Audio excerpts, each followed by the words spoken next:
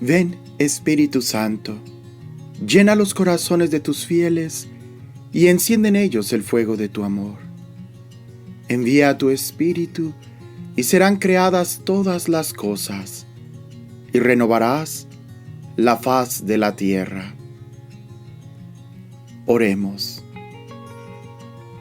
Oh Dios, que has instruido los corazones de tus fieles con luz del Espíritu Santo, concédenos que sintamos rectamente con el mismo Espíritu y gocemos siempre de su divino consuelo. Por Jesucristo, nuestro Señor. Amén. Número 2598 del Catecismo de la Iglesia Católica. En la plenitud de los tiempos. El drama de la oración se nos revela plenamente en el Verbo que se ha hecho carne y que habita entre nosotros. Intentar comprender su oración a través de lo que sus testigos nos dicen en el Evangelio es aproximarnos a la santidad de Jesús nuestro Señor como a la zarza ardiente. Primero contemplando a Él mismo en oración y después escuchando cómo nos enseña a orar para conocer finalmente cómo acoge nuestra plegaria. Jesús ora. El Hijo de Dios, hecho Hijo de la Virgen, también aprendió a orar conforme a su corazón de hombre.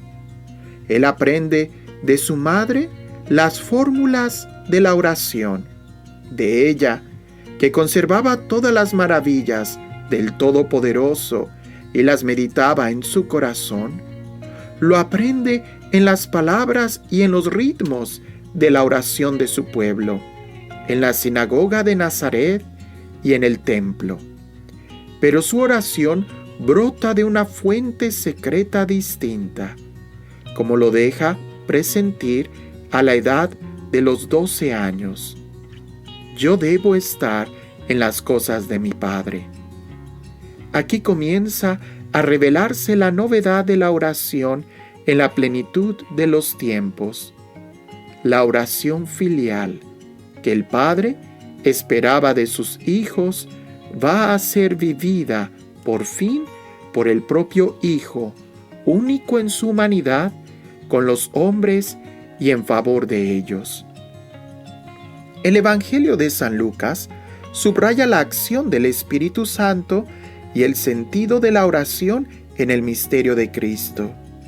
Jesús ora antes de los momentos decisivos de su misión, antes de que el Padre dé testimonio de Él en su bautismo y de su transfiguración, y antes de dar cumplimiento con su pasión al designio del amor del Padre. Jesús ora también ante los momentos decisivos que va a comprometer la misión de sus apóstoles, antes de elegir y de llamar a los 12, antes de que Pedro lo confiese como el Cristo de Dios, y para que la fe del príncipe de los apóstoles no desfallezca ante la tentación. La oración de Jesús ante los acontecimientos de salvación que el Padre le pide que cumpla es una entrega humilde y confiada de su voluntad humana a la voluntad amorosa del Padre. Estando él orando en cierto lugar, cuando terminó, le dijo uno de sus discípulos: «Maestro, enséñanos a orar». Es sobre todo al contemplar a su Maestro en oración cuando el discípulo de Cristo desea orar. Entonces puede aprender del Maestro de oración, contemplando y escuchando al Hijo. Los hijos aprenden a orar. Jesús se retira con frecuencia en un lugar apartado, en la soledad en la montaña, con preferencia durante la noche para orar. Lleva a los hombres en su oración, ya que también asume la humanidad en la encarnación y los ofrece al Padre, ofreciéndose a sí mismo. Él, el Verbo que ha asumido la carne, comparte en su oración humana todo lo que viven sus hermanos. Comparte sus debilidades para librarlos de ellas. Para eso le ha enviado el Padre. Sus palabras y sus obras aparecen entonces como la manifestación visible de su oración en lo secreto. Los evangelistas han conservado las dos oraciones más explícitas de Cristo durante su ministerio. Cada una de ellas comienza precisamente con la acción de gracias. En la primera, Jesús confiesa al Padre, le da gracias y lo bendice porque ha escondido los misterios del reino a los que se creen doctos y los ha revelado a los pequeños, los pobres de las bienaventuranzas. Su conmovedor "Sí, Padre" expresa el fondo de su corazón, su adhesión al querer del Padre, que fue un eco del fiat de su madre en el momento de su concepción y que preludia lo que dirá al Padre en su agonía. Toda la oración de Jesús está en esta adhesión amorosa de su corazón de hombre al misterio de la voluntad del Padre. La segunda oración nos la transmite San Juan, antes de la resurrección de Lázaro. La acción de gracias precede al acontecimiento. Padre, yo te doy gracias por haberme escuchado. Lo que implica que el Padre escucha siempre su súplica. Y Jesús añade a continuación, yo sabía bien que tú siempre me escuchas, lo que implica que Jesús, por su parte, pide de una manera constante. Así, apoyada en la acción de gracias, la oración de Jesús nos revela cómo pedir, antes de que lo pedido sea otorgado. Jesús se adhiere a aquel que da y que se da en sus dones. El dador es más precioso que el don otorgado. Es el tesoro, y en él está el corazón de su Hijo. El don se otorga como por añadidura. La oración sacerdotal de Jesús ocupa un lugar único en la economía de la salvación. Su explicación se hace al final de esta primera sección.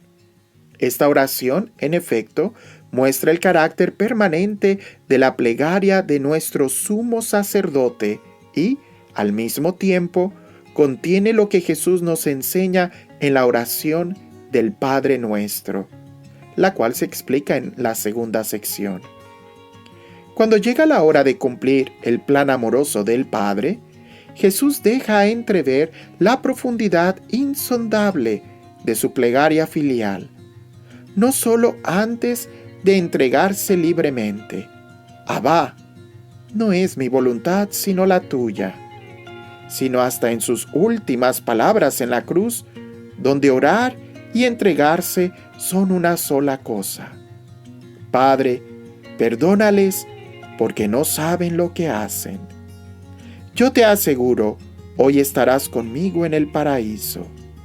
Mujer, ahí tienes a tu hijo. Ahí tienes a tu madre. Tengo sed. Dios mío, ¿por qué me has abandonado? Todo está cumplido. Padre, en tus manos pongo mi espíritu. Hasta ese fuerte grito, cuando expira entregando el espíritu.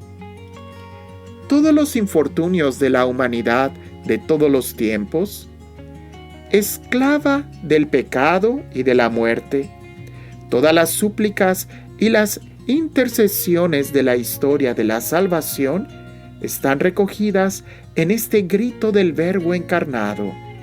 He aquí que el Padre las acoge y, por encima de toda esperanza, las escucha al resucitar a su Hijo.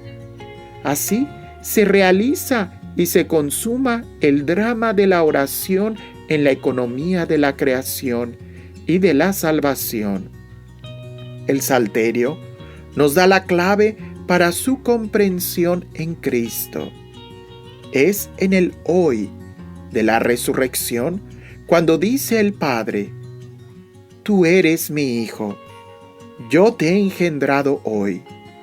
Pídeme, y te daré en herencia las naciones, en propiedad los confines de la tierra. La carta a los Hebreos expresa en términos dramáticos cómo actúa la plegaria de Jesús en la victoria de la salvación, el cual, habiendo ofrecido en los días de su vida mortal ruegos y súplicas con poderoso clamor y lágrimas al que podía salvarle de la muerte, fue escuchado por su actitud reverente y aún siendo hijo, con lo que padeció, experimentó la obediencia y llegando a la perfección se convirtió en causa de salvación eterna para todos los que le obedecen.